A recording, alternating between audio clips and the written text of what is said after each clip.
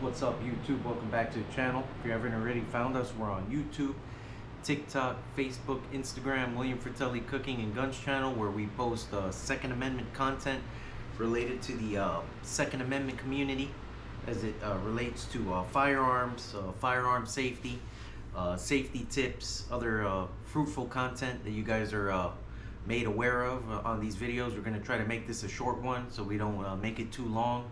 No promises once again.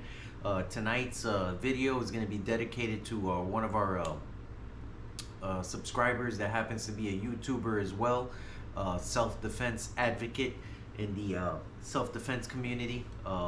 We're not going to put his channel out there just for security and safety reasons. We're going to go by John. This person's first name is John. The title of this video for tonight is going to be Home Invasions.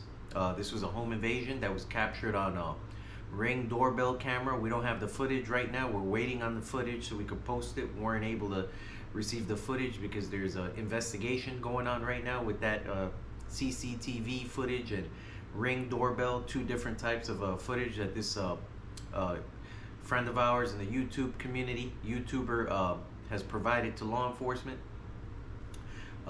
Tonight's video, Home Invasions, and we're gonna basically title it, I believe it's episode 53 of Sunday Gunday, and it's gonna be necessary use of force, or we'll go ahead and title it reasonable use of force, something like that. We'll just go ahead and go with that.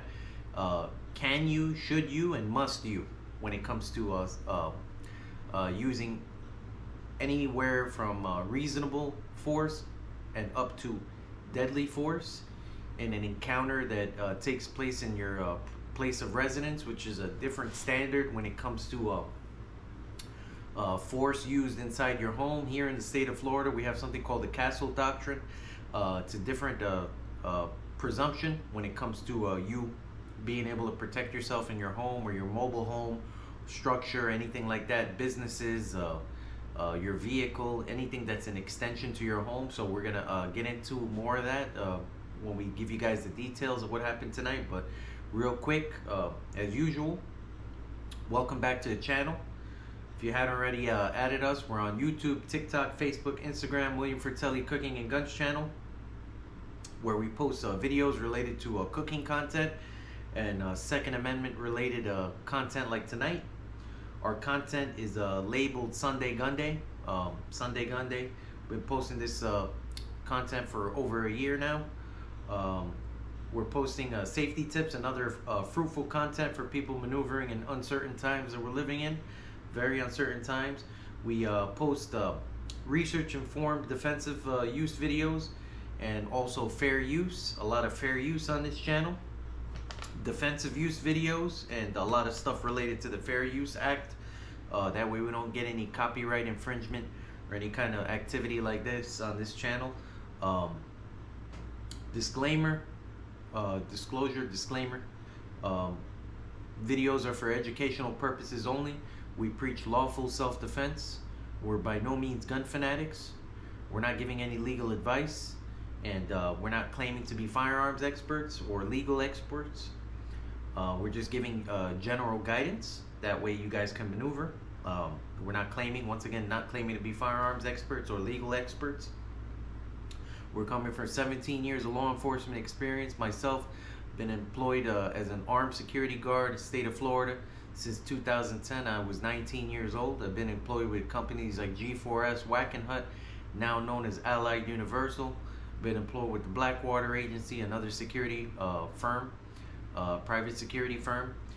Been employed with the federal government, United States Department of Homeland Security,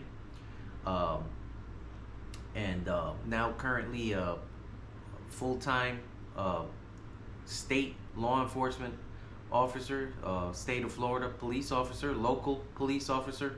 Been a local law enforcement officer in the state of Florida since January 2014. So that's just some of our experience that we're coming from. We got message to trolls. We get trolls on almost every video, posting all kinds of weird stuff in the comment section. We're not going to entertain it. You're simply going to get blocked. So that's the message to the trolls. We got shout outs to 3 channels on YouTube that collaborate with us, along with this one channel that we're posting for tonight. This incident that happened to this individual, but for tonight we've got Gun Freak Nation on YouTube with T Electric, the president of Gun Freak Nation. We have the Alert Zone TV with Uncle James, another gun tuber, and finally we have Trey 57 Production with Ramon. That's the third YouTube channel. These three channels collaborate with us, show us a lot of love. We wouldn't have a channel if it weren't for these three channels. So those are shout outs for tonight. That's the three channels on YouTube that collaborate with us. So for tonight, we had this incident. We're gonna try to make this quick. John is a YouTuber. John has a self-defense channel on YouTube. He went ahead and posted a response or a review on this incident that happened to him in his private home in state of Florida. Had an unknown male break into his home from the second floor balcony, unaware of how this happened. John had family in his home at the time when this intruder came in. It was everyone was still awake.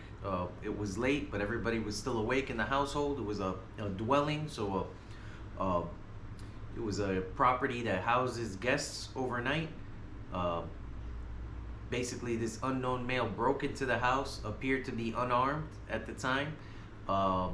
This male was confronted by a family member in the home. It was John's son that confronted this male. There was not a violent encounter at any point, but this male appeared to be suffering from some type of mental health crisis at the moment, some type of a mental health disorder or some other type of mental health crisis event. Was non-verbal with John's son. Son went ahead and called for help. His father, John, heard him calling for help within the household, went ahead and accessed the quick safe, like we like to preach on this channel, on having your weapons stored appropriately. That way there's no unauthorized access to the firearm, and only authorized access. You know, any minors or any kind of stuff like that, we don't want to see that. So John went ahead and accessed the quick safe like we've shown you in the past. It's a quick safe. It's access through a biometric fingerprint, a key, or a code. Went ahead and hit the quick safe and accessed the firearm. It was a handgun. It was a H&K handgun, 9mm, full-size handgun. John went ahead and confronted this individual on the John was on the first floor. This individual was on the second floor. John went ahead and confronted this individual on the second floor. This individual came in contact with John. The son was out of the way, so the son was in a safe location. He wasn't in the way of any potential gunshots or any type of other activity like that. John went ahead and issued commands to this male to show him his hands. He did not show him his hands. He had his hands concealed like this in the front, and began to walk away from John, give him his back. He was walking away in a slow manner. It wasn't running. Did not display any weapons. John continued to hold this person at gunpoint and order him to show him his hands. He was not showing him his hands, but he wasn't doing any type of activity or any type of movements that would be suspect to somebody having a weapon on them, but it's unknown if this person had a weapon. He went ahead and he dived off of the second floor balcony, went through, basically jumped through the glass, broke the glass, jumped through the glass off the second floor balcony and landed on the concrete on the back area of the home. I'm not sure if this is the same location where he broke in, but this individual was held at gunpoint for a little bit under a minute. This whole encounter was a little bit under a minute. Once John reached the second floor, he was on the first floor, he reached the second floor, had this person at gunpoint. He could have shot him in the back, could have shot him in the front at one point when this person turned around, but he had He had a lot of mental stability. John had a lot of mental stability. He's a person that has a lot of training. Like some of us are employed in law enforcement. Some of us that take constantly taking training throughout the years. John's a very highly trained individual when it comes to managing emotions and being able to address threats and being able to maintain and be reasonable. Any reasonable person in this situation would have might have acted in a different way, but John did not. John employed reasonableness throughout this encounter. This evening, this happened about 2 weeks ago. We're just getting the news now. We're very proud of him. He maintained. He was able to not let his emotions overrule his intelligence. Like we've said in this channel and a lot of other channels that collaborate with us, when you allow your emotions to overrule your intelligence, you're going to mess up. You're going to make a decision that you shouldn't make. This is just a clear example of why sometimes you might be justified to do something, but can you, should you, and must you? In this situation, there might be a couple of check marks that we could check off. Can you? Absolutely. This person was unauthorized to be in this home. This wasn't a Girl Scout selling cookies, knocking on the door. This wasn't an innocent person. This was somebody that broke into a home with knowing that there were people in the home to commit a crime. I'm not sure if a felony or to commit some other type of crime, but this person definitely engaged in behavior that's not justified, that's not legal. But just because you can do something doesn't mean you should, and doesn't mean you must. And John definitely had a lot of restraint this evening when it came to not employing that firearm and not using it. He could have, but the outcome's going to be complicated if you do. Anytime you put yourself in a position where you're going to take life, you're going to unalive or delete, potentially unalive or delete someone, even if you're in the right. It's not advised that you do that. Every scenario is different. Once again, if it's a situation where there's a necessary evil and you have to weigh all the options and you're put against the wall and you have no choice, that's a different story. But for tonight, this person, John, was once again demonstrated a lot of restraint, a lot of fortitude, a lot of mental fortitude, a lot of restraint, and a lot of strength, and was able to diffuse the situation in a manner. This person ran off, ended up burglarizing another residence down the street, was eventually caught, was eventually arrested, was captured by authorities, was captured by deputies, was arrested down the street, committed a similar crime, was held at gunpoint by another resident. That person as well did not restrain themselves from firing at this person.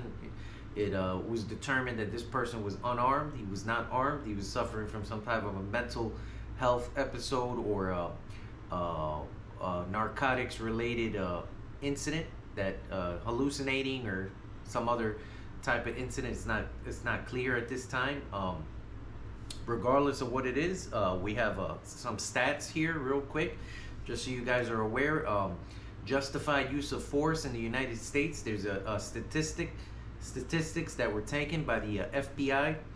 Justified use of deadly force within 2 years, if you are cleared and are subject to be put through the process of using justified use of deadly force, whether there's an investigation, whether it's a lengthy investigation or whether it's a short one, whether it's something that charges are cleared immediately by your state attorney or district attorney, wherever you live. If you're state of Florida, like where we live, it's a state attorney's office that clears you of the charges. It can happen immediately. It can happen within weeks, months. It depends. Days. There's a 2-year period of statistics that were done in the United States. Within 2 years, unemployment's at 50% for somebody that is cleared or somebody that is involved in any type of use of force that's justified, a deadly force incident that's justified. 50% chance of unemployment. You have your divorce rate, 50%. So there's a 50% divorce rate for people that are involved in justified use of deadly force. And then finally, you have suicides. Suicides are about at an 8% chance within 2 years. People that are subject to these types of incidents, uh, the likelihood of a person being involved in suicide is about an 8% chance that they go ahead and try to harm themselves in a suicide. That's 8%, and these are all for worst case scenarios, which would be, or if we can call it worst case or best case scenario, we'll go ahead and call it best case scenarios because this is if you did everything correctly. Justified use of deadly force, 8% chance that you're subject to suicide type of incident. So worst case scenario would be if you harm somebody when you shouldn't have, or you harm, or somebody in your family gets harmed, or some other bystander because you did not do what you should have done, or you did not act appropriately when you should have. So those are worst case scenarios. We're not going to get into that, but this is just if you did everything right. These are statistics that you're looking at when it comes to justified use of deadly force. So it's very important to just avoid, if possible, avoid engaging in anything like this, even if you're subject to some type of illegal activity like this one was a break-in, somebody's home, very sacred, very private place where people are housed overnight, where people are supposed to be safe in their home. This is where you should be safe at all times, or appear to think you're going to be safe, and in this scenario it wasn't the case once again. So we have that justified use of force statistics right there. We have also civil liability. This individual, John, is a YouTuber. He is covered by self-defense insurance, like we've talked about in this channel in the past. There's those of us that are employed in law enforcement that have our union protections that protect us when we're operating in official capacity, and then you have also your off-duty capacity where that might cover you in certain scenarios. In certain scenarios you might not be covered, so it's very important for you to have coverage, especially if you're going to be carrying a firearm, 24/7, regardless of what your profession is. John has something called Firearms Legal Protection, which is an insurer that provides resources, attorneys, and coverage for incidents like this. If you have to use any type of force, or if you have to defend yourself out on the street, it doesn't have to be just in your home. It could be in your vehicle. It could be in any other location. Fortunately for John, he didn't have to. He went ahead and contacted his insurer just to make sure they were aware of the incident, but he did not have to access this coverage.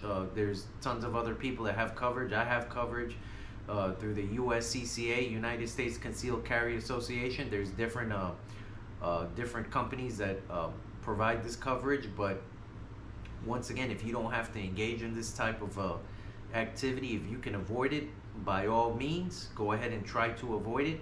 It's going to cost a lot more in the long run if you have to do something when you could have avoided it. As bad as that sounds to certain people, they might say, John got a lot of hate on his email, in his email account recently, because he posted a post on a community on his webpage on YouTube about the incident. Didn't put too many details, but a lot of people on there were like, "Oh, you should have taken that guy out. You had all the right to take that guy out, and this and that and all that." We weren't there. Anybody could Monday morning quarterback any kind of situation like this. We weren't there for it, and then sure enough, you're not going to be part of the legal process if for any reason this goes south and you have to face a prosecutor. You might have to face a prosecutor. You might have to explain yourself in front of a jury. It's going to cost money. Even if you have the coverage, the strain that's going to be put on you mentally, not only physically, mentally, financially. The financial part might be taken care of if you have insurance, and that's if you're covered. That's if you didn't make any mistakes. But until you've had the legal system pointed in your direction, you don't have any comment when it comes to somebody else that's involved in this type of situation. You're not going to have to be put through the process like John would, or any other person that if they made a decision that might have not been justified or might have been justified, and then all of a sudden now you have the legal system pointed in your direction, and it's not a good thing. It's never a good thing to have that happen. So thankfully, once again, you know, we're not John's not looking at any kind of civil liability, any kind of civil suits followed by any kind of criminal charges or anything like that by state attorney's office. Everything's fine at the moment, but once again, you know, he demonstrated a lot of mental fortitude. Once again, a lot of stability, a lot of reasonableness, a lot of discipline. Once again, that's what we like to see. We like to post videos like this on here. That way it's a lot of education for people. So if you're ever caught in a situation where you might have to do something, you know, you want to prevent we want to prevent serious incidents like this from happening, but it's not all in your control. Sometimes it's out of your control, but stopping the threat and being able to do it in a reasonable way, that's the best outcome. You know, that's how you win in the end. You just avoid, and that's how you win when it comes to these types of serious incidents. We're seeing all of this happening throughout the nation, throughout the world. People are acting in negative ways. Once again, we have a lot of instability. There's a lot going on in the economy, and people are getting desperate. So hopefully we don't continue to see more of this. But this is just a video for you guys tonight, so you could be aware of this incident that happened. We'll try our best to post any kind of footage if we do get footage from John in the next few days. But we wanted you guys to be aware of this. So once again, Home Invasions, episode 53, Sunday Gunday, and it's going to be can you, should you, and must you use of force. All right, you guys stay tuned. We're going to try to post some more videos when we get a chance. Once again, shout outs to Gun Freak Nation on YouTube. We have Trey57 Production with Ramon. And then finally, we have the Alert Zone TV with Uncle James. All right, these are 3 channels that collaborate with us, show us a lot of love. You guys stay tuned, and we'll go ahead and post some more videos. All right, so stay tuned. We'll see you in the next one.